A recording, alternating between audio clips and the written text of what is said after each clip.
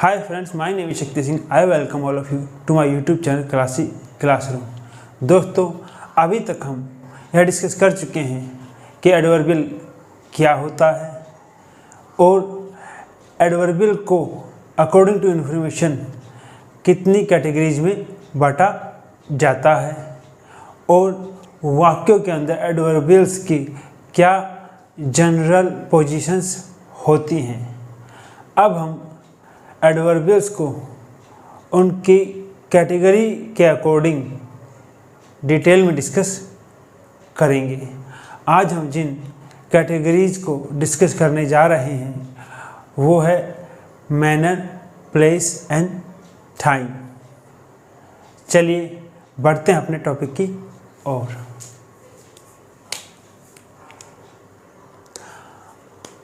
आज के हमारे वीडियो का टॉपिक है adverbial adjuncts of manner, place and time.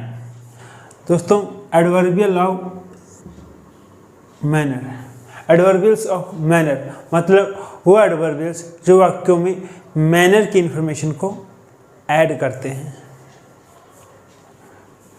Adverbials of manner से हाउ समथिंग हैपन्स और इज डन। दोस्तों, जो एडवर्बियल्स ऑफ मैनर होते हैं वो हमें यह बताते हैं कि वाक्य में कोई घटना कैसे होती है या वाक्यों के अंदर कोई कार्य कैसे किया जाता है। अगर मैं इस बात को सिंपल वर्ड्स में कहूँ तो जो हमारे एडवर्बियल्स ऑफ मैनर होते हैं वो वाक्यों में हाउ का रिप्लाई होते हैं।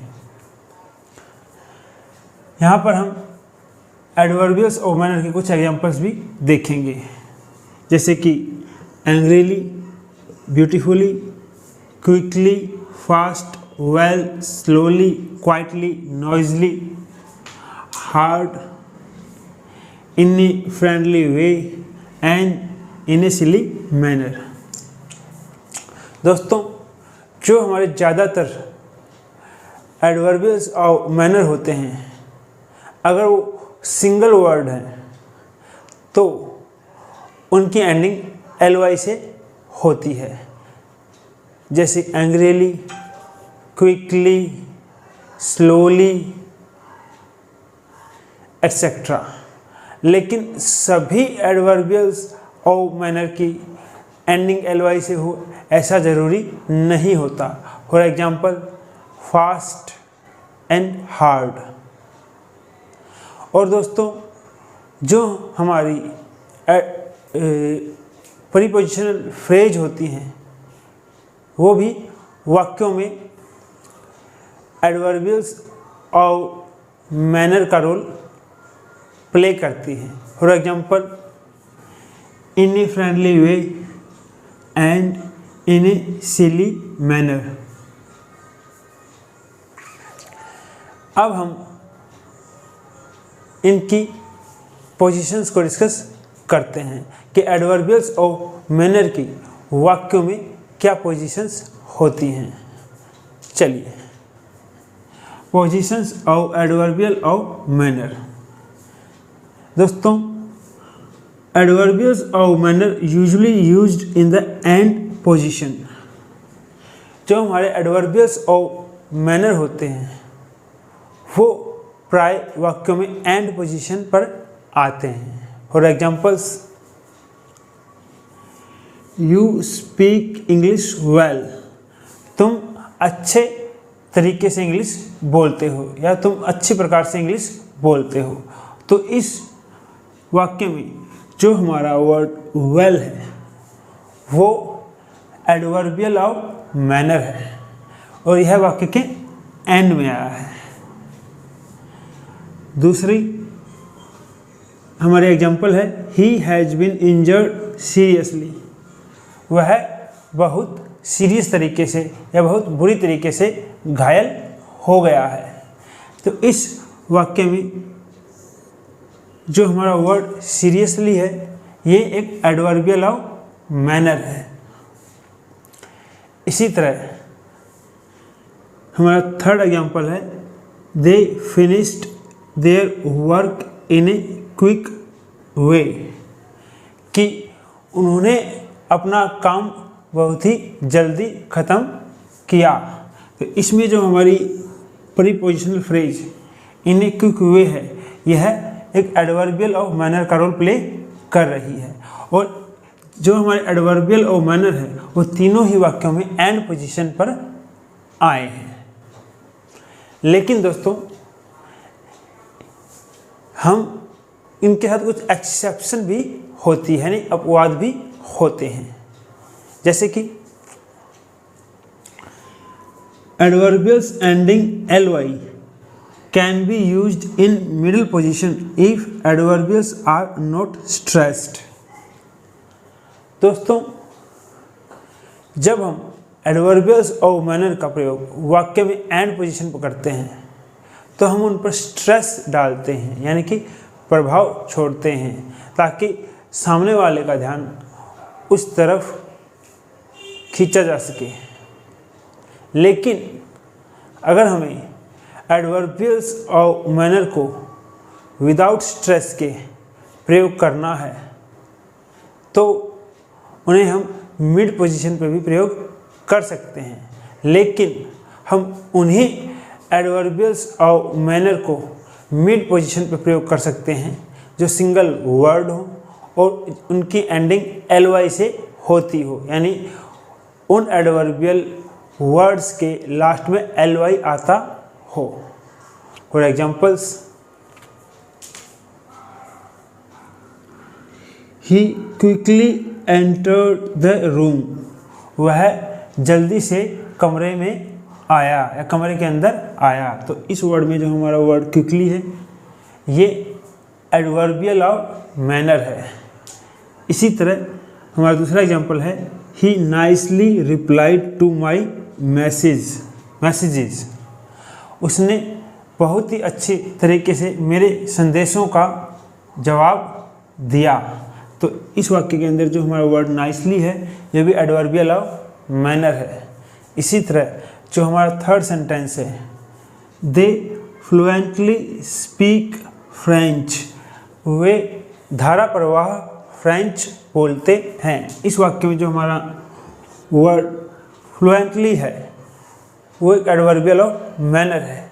और आप देख सकते हैं कि तीनों वर्ड्स के एंडिंग ly से हो रही है, क्विकली, नाइसली, फ्लुएंटली, और इनको हम मिड पोजीशन में प्रयोग कर सकते हैं। चलिए दोस्तों अब हम आगे बढ़ते हैं और positions of adverbials of manner को डिस्कस करते हैं। चलिए दोस्तों अब हम आगे बढ़ते हैं और positions of adverbials of manner को लेकर थोड़ा और डिटेल में बात करते हैं। When there are two or more auxiliaries, the adverbials usually goes after the first. अगर दोस्तों वाक्य में दो या दो से अधिक auxiliaries हों, या फिर ये कहें कि वाक्य में दो या दो से अधिक हेल्पिंग वर्ब्स हों और हमें एडवर्बियल ऑफ मैनर को वाक्य के मिड में या मिडल में रखना हो तो हम उसे फर्स्ट ऑक्सिलरी या फर्स्ट हेल्पिंग वर्ब के बाद रखते हैं। For examples, you have continuously been working since morning, कि तुम सुबह से लगातार काम कर रहे हो।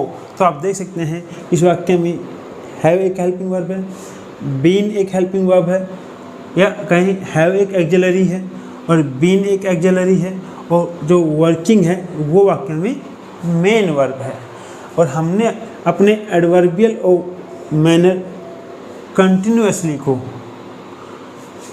फर्स्ट ऑक्सिलरी हैव या कहीं फर्स्ट हेल्पिंग वर्ब हैव के बाद रखा है।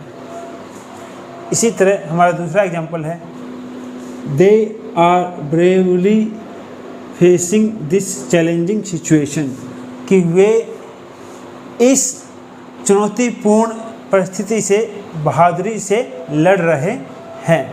तो इस वाक्य में हमारी आर जो है वो हेल्पिंग वर्ब है और फेसिंग जो है वो मेन वर्ब है, और हमने अपने एडवर्बियल ऑफ मैनर ब्रेवली को फर्स्ट हेल्पिंग वर्ब आर के बाद रखा है। इसी तरह हमारा तीसरा वाक्य है, they should properly have explained the matter, कि उनको मामले को सही तरीके से समझाना चाहिए था। तो इस वाक्य में जो शुड है वो एक हेल्पिंग वर्ब है, हैव एक दूसरी हेल्पिंग वर्ब है, और एक्सप्लेन जो है वो वाक्य में मेन वर्ब है। और हमने अपने एडवर्बियल ऑफ मैनर प्रॉपरली को वाक्य में फर्स्ट एक्सिलरी या कहें फर्स्ट हेल्पिंग वर्ब शुड के बाद रखा है। लेकिन अगर दोस्तों हमारा वाक्य पैसिव वर्ब्स में हो, यानी कि कहें अगर हमारा जो वाक्य है वो पैसिव वॉइस में हो, तब हमें एडवर्बियल और मैनर को कहाँ प्लेस करना चाहिए। Adverbials are placed after all auxiliaries in case of passive verbs.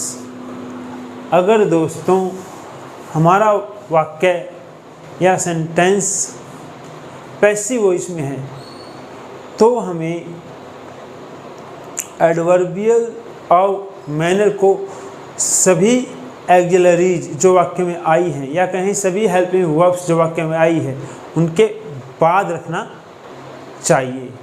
For examples, the students are being carefully rescued from war zone. जो विद्यार्थियों को युद्ध स्थल से सावधानी पूर्वक निकाला जा रहा है या बचाया जा रहा है। तो आप देख सकते हैं कि जो हमारी इस वाक्य में आर है वो पहली हेल्पिंग वर्ब है या एक्सिलरी है, और बीइंग जो है वो दूसरी हेल्पिंग वर्ब है या कहें एक्सिलरी है, और रेस्क्यू जो है वो हमारे वाक्य की मेन वर्ब है। और क्योंकि वाक्य पैसिव वॉइस में है इसलिए हमने अपने एडवर्बियल और मैनर को सभी हेल्पिंग वर्ब जो वाक्य में आई हैं, सभी एक्सिलरी जो वाक्य में आई हैं उनके बाद रखा है।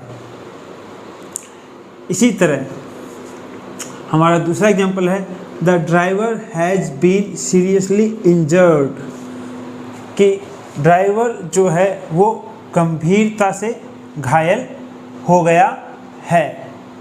तो दोस्तों इस वाक्य में जो हमारी हैज़ है वो पहली एक्सिलरी या फिर कहें हेल्पिंग वर्ब है, बीन दूसरी एक्सिलरी या कहें दूसरी हेल्पिंग वर्ब है, और इंजर्ड जो है हमारी वाक्य में मेन वर्ब है। क्योंकि हमारा ये वाक्य जो है ये पैसिव वॉइस में है इसलिए हमने जो हमारे एडवर्बियल ऑफ मैनर सीरियसली है उसको सभी एक्सिलरीज के बाद रखा है, यानी मेन वर्ब से पहले, और जितनी भी एक्सिलरीज या कहीं जितनी भी हेल्पिंग वर्ब मेन वर्ब से पहले आई है उनके बाद रखा है। इसी तरह जो हमारा तीसरा एग्जांपल है the problem is being properly handled, समस्या को सही तरीके से संभाला जा रहा है। तो इस वाक्य में हम देख सकते हैं इज पहली हेल्पिंग वर्ब है या कहीं एक्सिलरी है, बीइंग जो है वो दूसरी हेल्पिंग वर्ब है या कहीं एक्सिलरी है, और हैंडल्ड वो है इस वाक्य की मेन वर्ब। और हमने एडवर्बियल और मैनर प्रॉपरली को सभी एक्सिलरीज जो वाक्य में आई है उनके बाद और मेन वर्ब से पहले रखा है। चलिए दोस्तों, यहाँ तक आपको समझ में आ गया होगा कि हमें एडवर्बियल्स और मैनर को वाक्यों में कैसे प्लेस्ड करना चाहिए, यानी कि एडवर्बियल्स और मैनर की वाक्यों में क्या क्या पोजीशंस हो सकती हैं। चलिए दोस्तों, अब हम बात करते हैं एडवर्बियल्स और प्लेस की। एडवर्बियल्स और प्लेस। एडवर्बियल्स और प्लेस से वेयर समथिंग हैपन्स और इज डन। जो एडवर्बियल्स और प्लेस होते हैं वो हमें यह बताते हैं कि वाक्य में हुई घटना कहाँ पर हुई है या वाक्य में किया गया कार्य किस स्थान पर या कहाँ पर किया गया है। अगर मैं सिंपल वर्ड्स में कहूँ, साधारण शब्दों में कहूँ, तो जो एडवर्बियल्स और प्लेस होते हैं वो वाक्य के अंदर वेयर का रिप्लाई होते हैं। और अगर हम बात करें एग्जाम्पल्स की, एडवर्बियल्स और प्लेस की, तो वो हैं, एग्जाम्पल्स हैं अपस्टेयर्स, देयर, हियर, अराउंड। और जो हमारी प्रीपोजिशनल फ्रेजेज होती हैं वो भी वाक्यों में एडवर्बियल्स और प्लेस का रोल प्ले करती हैं। For example, to bed, in London, in New Delhi, out of the window, into the pond. और हमारी एडवर्ब फ्रेजेज भी वाक्यों में एडवर्बियल्स और प्लेस का कार्य करती हैं। चलिए अब बात करते हैं पोजीशंस और एडवर्बियल्स और प्लेस की। दोस्तों, एडवर्बियल्स और place are usually used into the end position. जो एडवर्बियल्स और प्लेस होते हैं वो सामान्यतः या प्राय वाक्य में एंड पोजीशन पर प्रयोग किए जाते हैं। For examples, he is standing there, वह वहाँ खड़ा है। तो इस वाक्य में जो हमारा देयर है वो एडवर्बियल और प्लेस है और वाक्य में एंड पोजीशन पर आया है, और यह एक एडवर्ब है जो कि वाक्य में एडवर्बियल का कार्य कर रहा है। इसी तरह हमारा दूसरा एग्जाम्पल है, she jumped into the river, वह पानी में कूद गई। तो इस वाक्य के अंदर हमारा जो एडवर्बियल और प्लेस है वो एक प्रीपोजिशनल फ्रेज है, जैसे कि इनटू द रिवर। इसी तरह हमारा तीसरा एग्जाम्पल है, I want him over there, कि मैं उसको यहाँ पर चाहता हूँ या वो मुझे यहाँ चाहिए।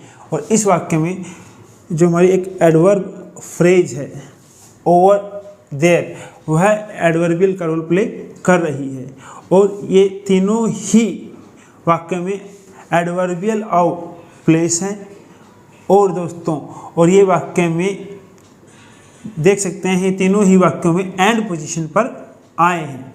तो जो हमारे एडवर्बियल्स और प्लेस होते हैं सामान्यतः, मतलब जनरली, उनकी जो पोजीशन वाक्य में होती है वो एंड पोजीशन होती है। चलिए दोस्तों, अब हम थोड़ा आगे बढ़ते हैं। Adverbials of place can be used in the front position when the adverbials are stressed. In this case, inversion is often used. दोस्तों, adverbials of place को हम फ्रंट पोजीशन पर लिख सकते हैं, लेकिन यह हम तभी करते हैं जब हमें adverbials of place पर stressed डालना हो। वाक्य के किसी हिस्से पर स्ट्रेस तभी डाला जाता है जब हमें उस हिस्से पर वाक्य को पढ़ने वाले या सुनने वाले का ध्यान खींचना होता है।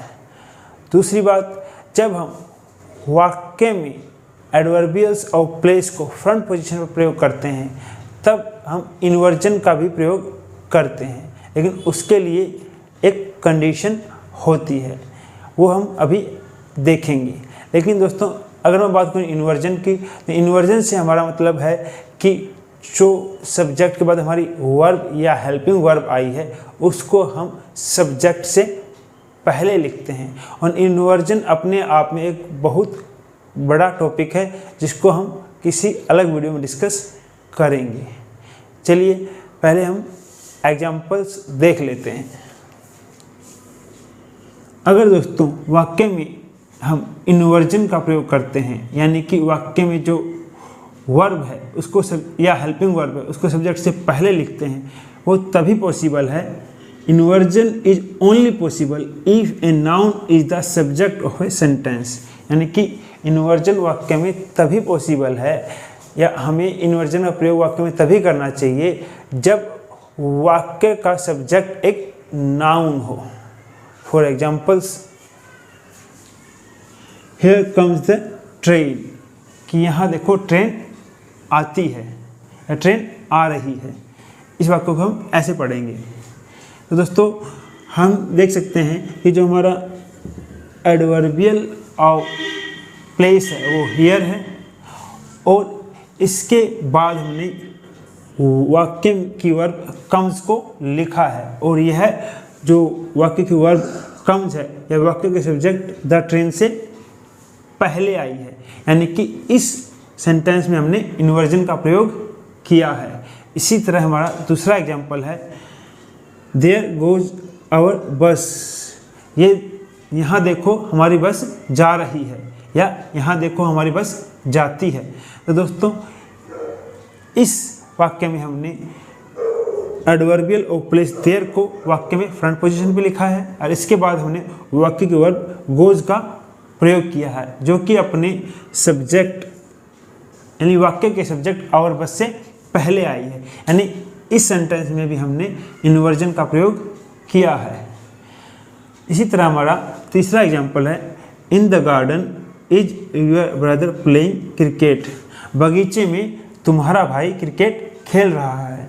दोस्तों इस वाक्य में जो इन द गार्डन है वो एक प्रीपोजिशनल फ्रेज है, जो कि यहाँ पे एक एडवर्बियल का रोल प्ले कर रही है, और इसको हमने वाक्य में फ्रंट पोजीशन पे लिखा है, और इसके बाद वाक्य की हेल्पिंग वर्ब इज आई है, जो कि अपने सब्जेक्ट योर ब्रदर से पहले आई है, यानी वाक्य की सब्जेक्ट योर ब्रदर से पहले आई है। यानी कि इस सेंटेंस में भी हमने इन्वर्जन का प्रयोग किया है, और आप देख सकते हैं कि तीनों ही सेंटेंसेज में जो हमारे सब्जेक्ट्स हैं वो नाउन्स हैं।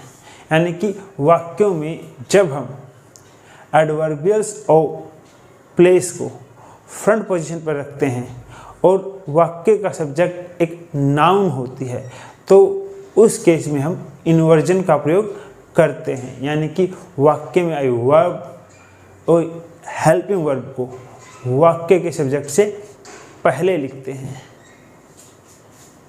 इसी तरह दोस्तों inversion is not possible if A pronoun is the subject of a sentence. अगर वाक्य में जो सब्जेक्ट आया है वो एक प्रोनाउन हो, नाउन ना होकर एक प्रोनाउन हो, तो हम वाक्य में इन्वर्जन का प्रयोग नहीं करते। यानी कि हम एडवर्बियल ऑफ प्लेस को वाक्य में फ्रंट पोजीशन पर लिख सकते हैं, लेकिन क्योंकि वाक्य का सब्जेक्ट एक प्रोनाउन है तो उस केस में हम इन्वर्जन का प्रयोग नहीं करेंगे। फॉर एग्जाम्पल्स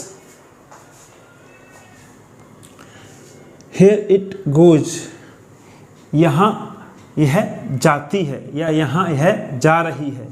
तो इस सेंटेंस में आप देख सकते हो कि हियर हमारा एडवर्बियल ऑफ प्लेस है और इट वाक्य का सब्जेक्ट है, और जो हमारी वर्ब है गोज, इसका प्रयोग हमने वाक्य के सब्जेक्ट से बाद में किया है।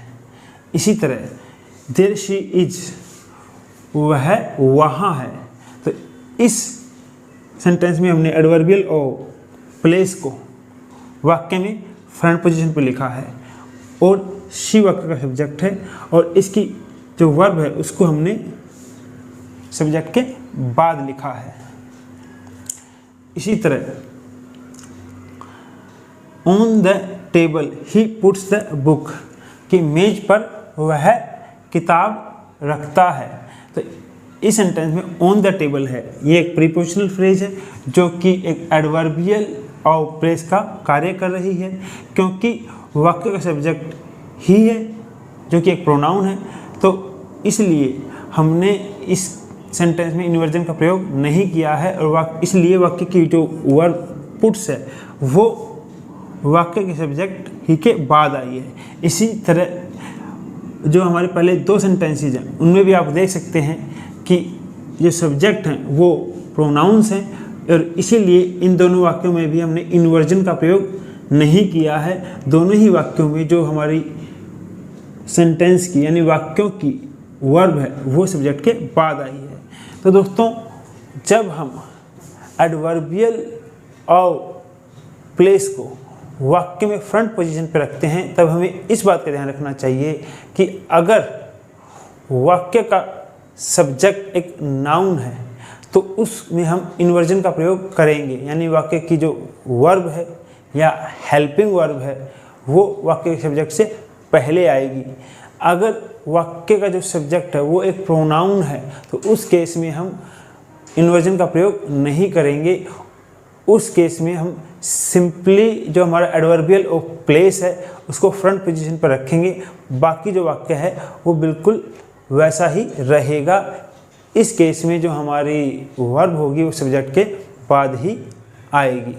चलिए दोस्तों, अब हम positions of adverbials of place को लेकर थोड़ा और डिस्कस कर लेते हैं। दोस्तों, एडवर्बियल ऑफ प्लेस को हम दो कैटेगरीज में डिवाइड कर सकते हैं, यानी एडवर्बियल्स ऑफ प्लेस को हम दो हिस्सों में बांट सकते हैं, एडवर्बियल्स ऑफ लोकेशन और एडवर्बियल्स ऑफ डायरेक्शन। जो हमारे एडवर्बियल्स ऑफ लोकेशन होते हैं ये तो उसी स्थान का निर्धारण करते हैं, उसी स्थान को निर्धारित करते हैं जिसकी वाक्य में चर्चा हो रही होती है। और जो हमारे एडवर्बियल्स ऑफ डायरेक्शन होते हैं ये उस स्थान की डायरेक्शन को बताते हैं, उस स्थान की दिशा के बारे में बताते हैं जिसकी वाक्य में चर्चा होती है। और जब हम एडवर्बियल्स ऑफ लोकेशन और एडवर्बियल्स ऑफ डायरेक्शन को एक ही वाक्य में प्रयोग करते हैं तो adverbials of direction are used before adverbials of location. तब हम एडवर्बियल्स ऑफ डायरेक्शन को एडवर्बियल्स ऑफ लोकेशन से पहले प्रयोग करते हैं। चलिए इन्हीं बातों को हम एग्जाम्पल्स के द्वारा समझते हैं। हमारा पहला एग्जाम्पल है शी लुक्ड अप, उसने ऊपर देखा। तो उसने किस डायरेक्शन में देखा, किस दिशा में देखा, ऊपर। यानी अप जो है ये हमें प्लेस की डायरेक्शन के बारे में बता रहा है कि जो प्लेस है किस दिशा में है, ऊपर। शी लुक्ड आउटसाइड, उसने बाहर देखा। तो आउटसाइड एक स्थान है, ठीक है। तो ये हमें उस प्लेस की लोकेशन के बारे में बता रहा है, उस प्लेस के बारे में बता रहा है, ठीक है। और जब हम इन दोनों को एक वाक्य में प्रयोग करते हैं तो हमारा वाक्य बनता है शी लुक्ड अप आउटसाइड, उसने बाहर ऊपर की तरफ देखा। तो यहाँ पर हमारा एडवर्बियल ऑफ डायरेक्शन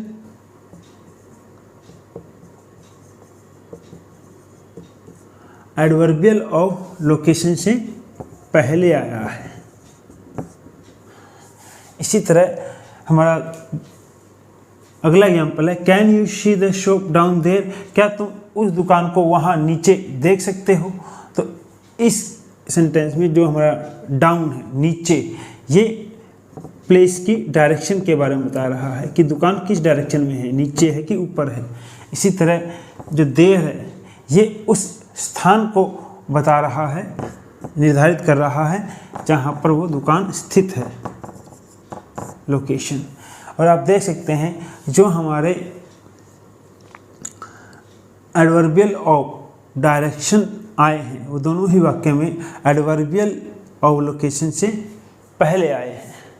दोस्तों, ये हमेशा ध्यान रखें कि हमारे एडवर्बियल्स ऑफ डायरेक्शन वाक्य में हमेशा एडवर्बियल्स ऑफ लोकेशन से पहले आते हैं जब हम दोनों ही तरह के एडवर्बियल्स को एक ही वाक्य में प्रयोग कर रहे होते हैं। और एडवर्बियल्स ऑफ डायरेक्शन और एडवर्बियल्स ऑफ लोकेशन दोनों ही एडवर्बियल्स ऑफ प्लेस का हिस्सा होते हैं। चलिए दोस्तों, अब हम बात करते हैं एडवर्बियल्स ऑफ टाइम की।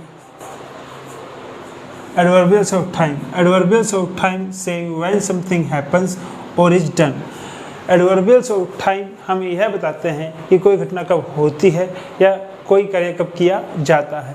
अगर मैं सिंपल वर्ड्स में कहूँ तो एडवर्बियल्स ऑफ टाइम सेंटेंसेस में यानी वाक्यों में व्हेन का रिप्लाई होते हैं। चलिए अब बात करते हैं examples of adverbials of time की। तो एडवर्बियल्स ऑफ टाइम के एग्जाम्पल्स हैं today, afterwards, finally, before, soon, still, last, every year, in June, on Sunday.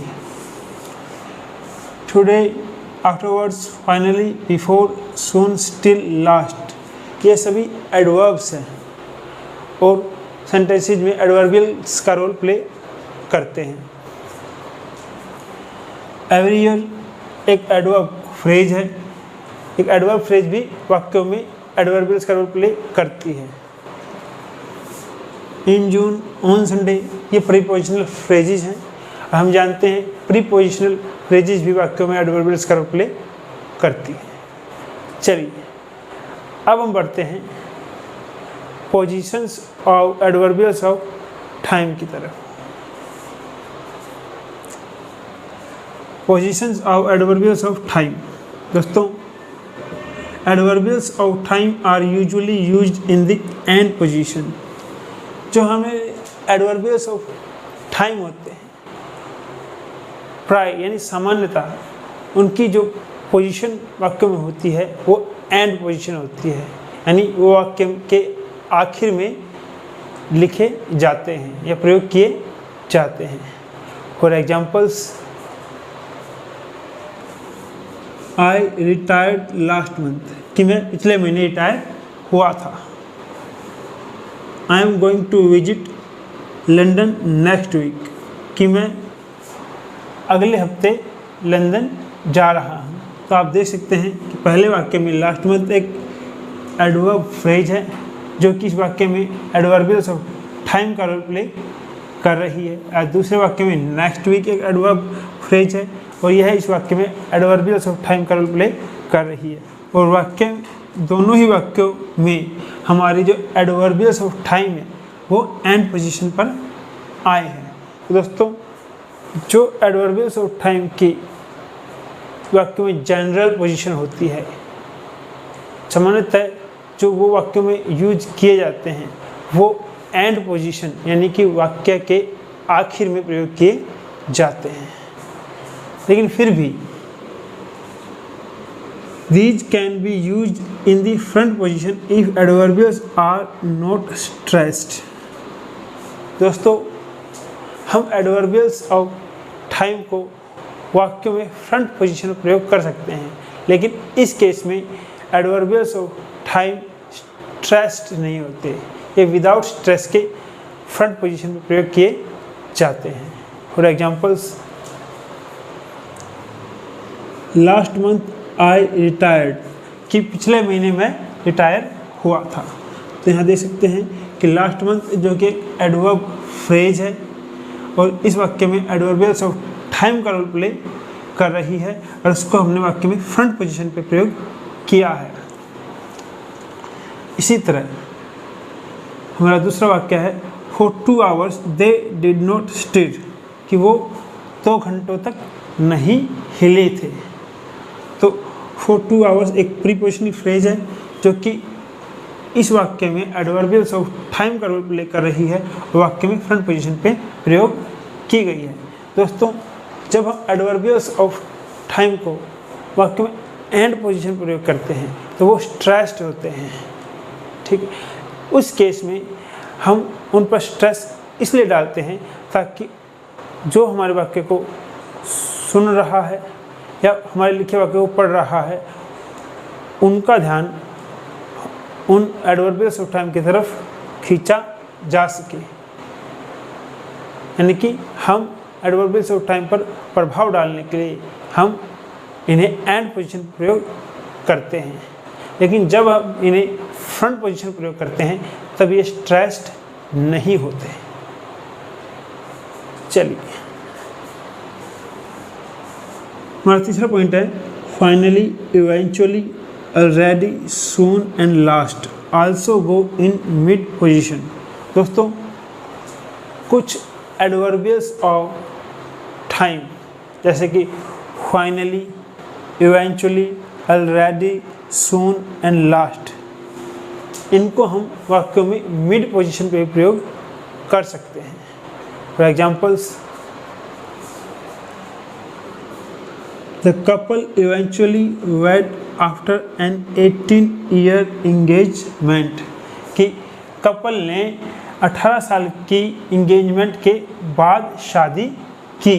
तो यहाँ पर आप देख सकते हैं जो हमारा एडवर्बियल ऑफ टाइम है इवेंचुअली, यह वाक्य में मिड पोजीशन पे आया है। We finally won the match, आखिरकार हम मैच जीत गए। यहाँ पर जो हमारा एडवर्बियल ऑफ टाइम फाइनली है वो वाक्य में मिड पोजीशन पे आया है। It will soon be there 3 o'clock, जल्द ही 3 बज जाएंगे। तो यहाँ पर जो हमारा एडवर्बियल ऑफ टाइम सून है ये वाक्य में मिड पोजीशन पे आया है। चलिए दोस्तों, यहाँ आपको समझ में आ गया होगा कि एडवर्बियल्स ऑफ टाइम की वाक्यों में क्या क्या पोजीशंस हो सकती हैं। चलिए अब हम थोड़ा आगे बढ़ते हैं। चलिए दोस्तों, जब हम adverbials of manner, place and time को वाक्यों में एक साथ प्रयोग करते हैं तब हम उनकी पोजीशंस को वाक्यों में कैसे डिसाइड करते हैं वो भी देख लेते हैं। जब हम adverbials of manner, place and time को वाक्यों में एक साथ प्रयोग करते हैं तब they are most often used in the sequence of manner, place and time. उनको हम किस सीक्वेंस में रखते हैं? सबसे पहले हम एडवर्बियल्स ऑफ मैनर को लिखते हैं, उसके बाद एडवर्बियल्स ऑफ प्लेस को और लास्ट में एडवर्बियल्स ऑफ टाइम को। इस सीक्वेंस को हम इस तरह से याद कर सकते हैं। Adverbials of manner M, adverbials of place P, adverbials of time T, MP T। और आप देख सकते हैं कि इन लेटर का जो अल्फ़ाबेटिकल ऑर्डर होता है वो भी MPT ही होता है। तो हम इन लेटर को अगर अल्फ़ाबेटिकल ऑर्डर में लिखें तो हमारा सीक्वेंस वही बन जाएगा। एडवर्बियल्स ऑफ मैनर पहले आएंगे, लास्ट में उसके बाद एडवर्बियल्स ऑफ प्लेस आएंगे और लास्ट में एडवर्बियल्स ऑफ टाइम आएंगे। चलिए अब बढ़ते हैं अपने एग्जाम्पल्स की ओर। She perform beautifully there last night. उसने वहाँ कल रात बहुत सुंदर परफॉर्म किया या प्रदर्शन दिया। तो इस वाक्य में जो हमारा एडवर्बियल ऑफ मैनर है वो पहले आया है, उसके बाद एडवर्बियल ऑफ प्लेस आया है और लास्ट में एडवर्बियल ऑफ टाइम आया है। हमारा सीक्वेंस बना MPT। इसी तरह हमारा दूसरा एग्जांपल है he will answer your all questions properly now. वह अब तुम्हारे सारे सवालों का जवाब सही तरीके से देगा। तो इस सेंटेंस में जो हमारा एडवर्बियल ऑफ मैनर है वो पहले आया है और उसके बाद एडवर्बियल ऑफ टाइम आया है। और सीक्वेंस के हिसाब से एडवर्बियल ऑफ मैनर पहले आना चाहिए और एडवर्बियल ऑफ टाइम उसके बाद आना चाहिए। इसी तरह हमारा थर्ड एग्जांपल है she is going to step outside right now. वह इसी समय बाहर कदम रखने जा रही है। तो इस सेंटेंस में जो हमारा एडवर्बियल ऑफ प्लेस है आउटसाइड वो पहले आया है और हमारा एडवर्बियल ऑफ टाइम है राइट नाउ वो बाद में आया है। और हमारा जो सीक्वेंस है वो भी यही कहता है एडवर्बियल्स ऑफ प्लेस पहले आने चाहिए और एडवर्बियल्स ऑफ टाइम उसके बाद आने चाहिए। लेकिन दोस्तों यहाँ पर कुछ एक्सेप्शन भी होते हैं, यानी कुछ अपवाद भी होते हैं, हमें उनको भी ध्यान में रखना चाहिए। यानी अपवाद से मेरा मतलब ये है कि कुछ ऐसे कंडीशंस होते हैं जहाँ पर ये रूल काम नहीं करता, तो कंडीशंस भी हम देख लेते हैं।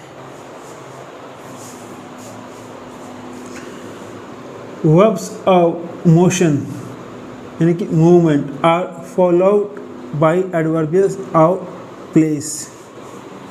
दोस्तों कुछ वर्ब्स ऑफ मोशन होती हैं, यानी कुछ क्रिया ऐसी होती हैं जिनमें मोशन जुड़ा होता है। जैसे गो जाना, कम आना, ठीक है, क्लाइंब अप मतलब ऊपर चढ़ना, क्लाइंब डाउन नीचे उतरना, ठीक है, रिटर्न वापिस,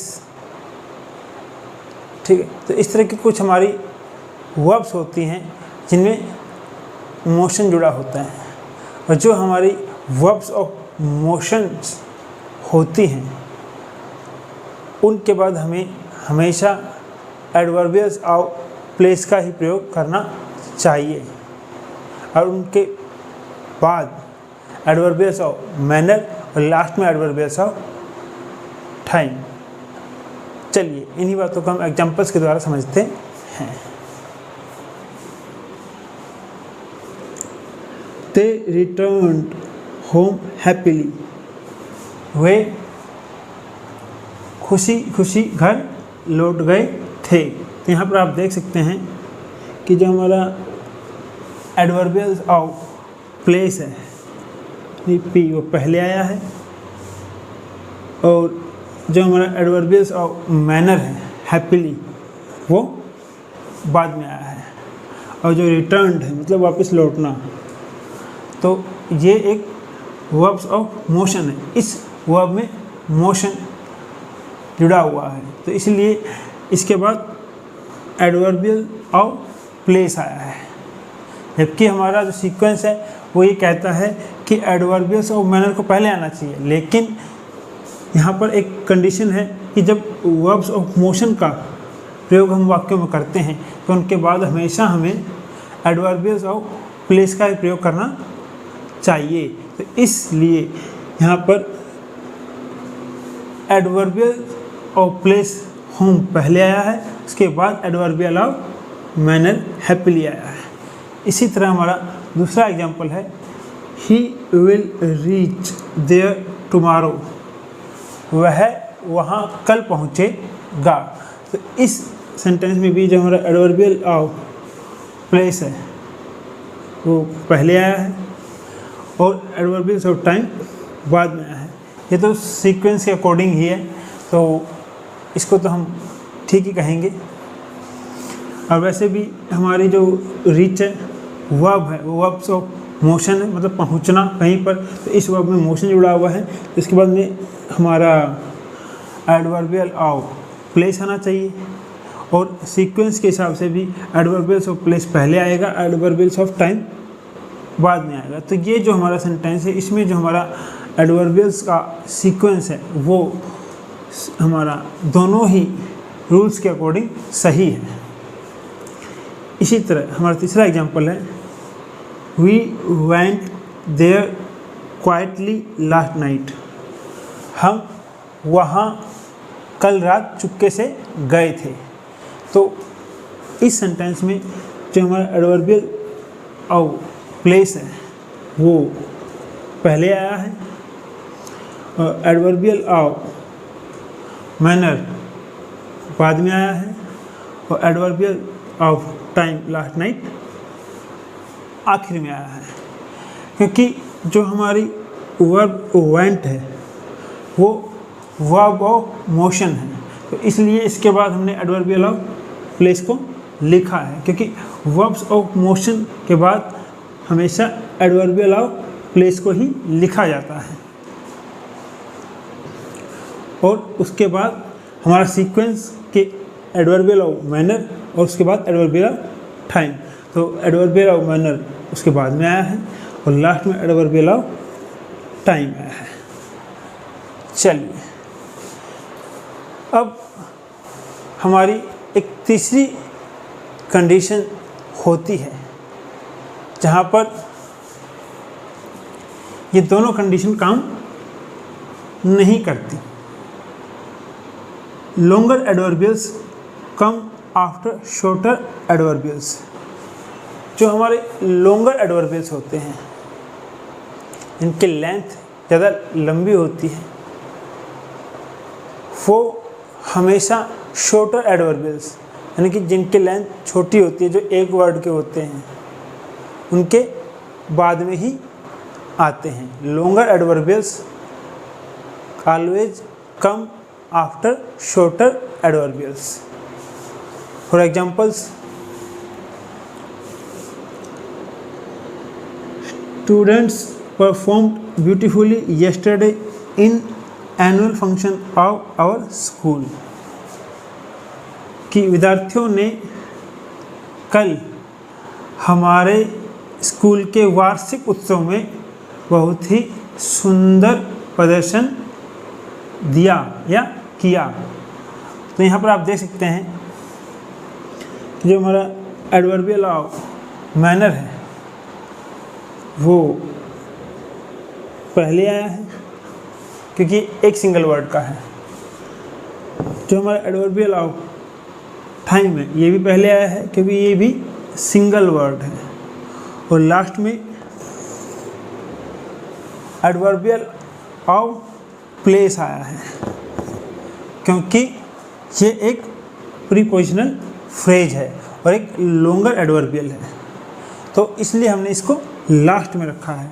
ऐसे अगर हम सीक्वेंस से चलते तो एडवर्बियल ऑफ प्लेस को एडवर्बियल ऑफ मैनर के बाद आना चाहिए था, लेकिन क्योंकि जो हमारा एडवर्बियल ऑफ मैनर है वो एक प्रीपोजिशनल फ्रेज है और उसकी लेंथ लंबी है, वो थोड़ा बड़ा है, तो उसको हमने लास्ट में रखा। इसी तरह हमारा दूसरा एग्जाम्पल है, he has started thinking over this matter now in a serious वे, कि उसने इस मामले पर अब बहुत ही गंभीरता से सोचना शुरू कर दिया है। तो यहाँ पर आप देख सकते हैं कि जो हमारा एडवर्बियल ऑफ टाइम है वो पहले आया है और एडवर्बियल ऑफ मैनर बाद में आया है, क्योंकि जो हमारा एडवर्बियल ऑफ मैनर है इन ए सीरियस वे ये एक प्रीपोजिशनल फ्रेज है और लेंथ इसकी लंबी है, यानी एडवर्बियल ऑफ जो टाइम है वो एक सिंगल वर्ड है, छोटा है, और इन ए सीरियस वे इसकी लेंथ लंबी है, एक लॉन्गर एडवर्बियल है, तो इसको हमने लास्ट में लिखा है। यहाँ पर हमारा जो सीक्वेंस वाला रूल होता है वो काम नहीं करता। हमें यहाँ पर ये ध्यान रखना चाहिए कि जो हमारे लॉन्गर एडवर्बियल्स होते हैं वो शॉर्टर एडवर्बियल्स के बाद आते हैं। अगर हम इस वाक्य को इस तरह लिखते, he has started thinking over this matter seriously now, seriously now, तब ये जो हमारा एडवर्बियल ऑफ मैनर है वो एक सिंगल वर्ड होता है। अगर हम इन्हें सीरियस वे को एक सिंगल वर्ड बना के लिखते सीरियसली, तब हमारा जो एडवर्बियल ऑफ मैनर है वो नाउ से पहले आता।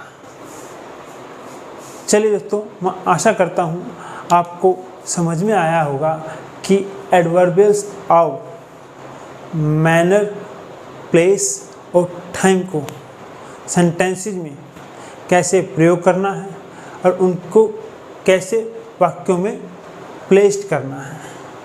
अगर आप लोगों को यह वीडियो पसंद आया हो और आपको कुछ नया सीखने को मिला हो तो इसको ज़्यादा से ज़्यादा लाइक कीजिए और शेयर कीजिए ताकि बाकी लोगों तक भी यह जानकारी पहुँचे और उन्हें कुछ अच्छा नया सीखने को मिले।